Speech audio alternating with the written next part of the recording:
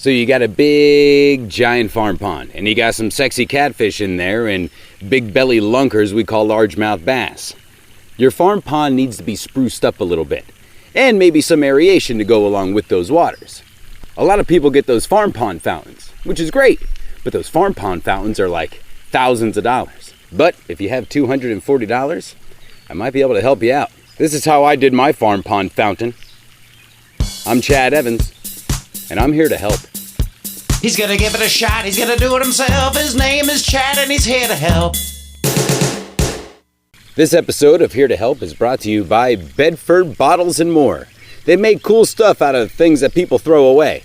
They make things like tiki torches out of Jack Daniels bottles and wind chimes out of old wine bottles. Check them out. The link is under this video. Also, a big thanks to our friends at PennsylvaniaBeer.com. And courtesy of our friends at Rusty Rail Brewing Company in Mifflinburg, Pennsylvania, I got the Blue Collar Blonde right here in my hand.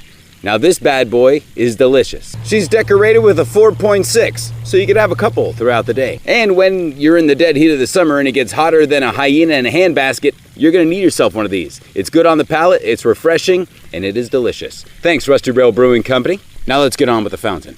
So this is what we did. I went to my local hardware store, Kohl's Hardware. Check them out. Come on home to Kohl's. And this is what I got. I got a 3/4 horsepower sub pump. Most farm pond fountains float. We had all intents and purposes to make this thing float, but let's be honest. Things don't always go to plan. So we're gonna just put a fountain at the bottom of the pond. And it's not gonna float. All right, so you grab yourself a bucket, all right, a 5-gallon bucket. And what you do, you put holes in the bucket. You can put as many holes as you want, and how big of a hole you need, I don't know. So you throw a couple holes in the bucket, you put the bucket on the ground, you get the 3/4 horsepower sub pump, you put it in the bucket. I chose a 4-foot pipe because by my estimate, in the middle of the pond of where I want that fountain, it's roughly 4 feet. And then if you run out of glue to put the connectors on, you have to run down to your neighbor's house and get some glue. He's a really nice guy. You put the glue on each end of the 4-footer, you connect the connectors, voila, you got yourself a big old fancy pipe. Now we're gonna take that pipe,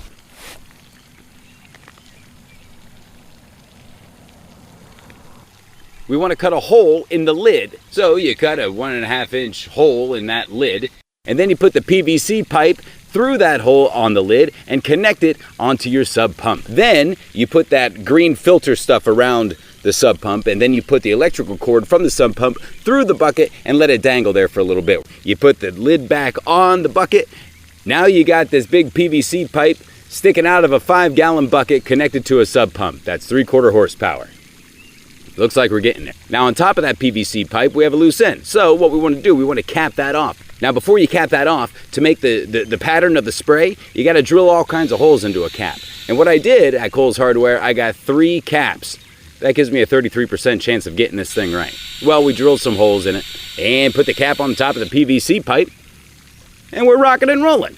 Okay, so now we got the capped 4-foot PVC pipe that is connected to the sub pump that's in the bucket. We all good? Great.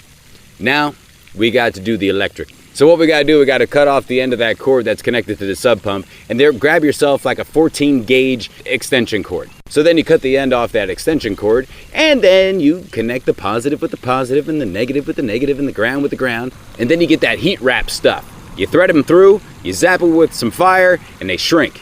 Look, I'm no engineer. This is probably not code, but it worked for me.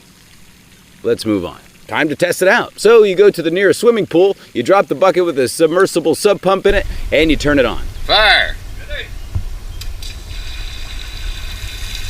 Looks good to me. Now it's time to take it down to the pond. Side note, again, we wanted this thing to float. I got 2 buckets at Kohl's Hardware. Okay.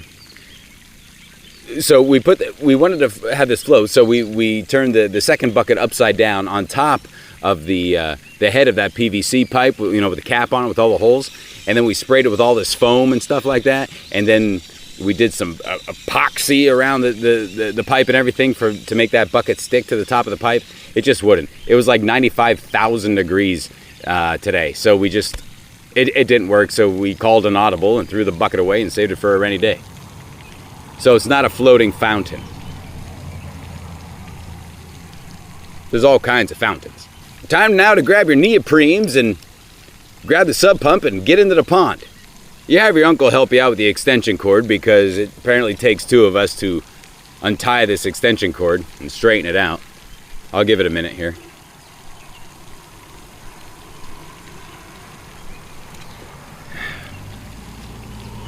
All right. The extension cord was the hardest part of this project. All right, we're good to go. So now you take the sub pump with your 4-foot PVC pipe, and then you head on to the middle of the pond. You find a good sturdy spot, about 4 feet from the bottom, and you obviously don't want the cap of that PVC pipe to be covered with water. That would just be ridiculous. You want that thing sticking out of the water just a little bit so it could spray out the water all over the place.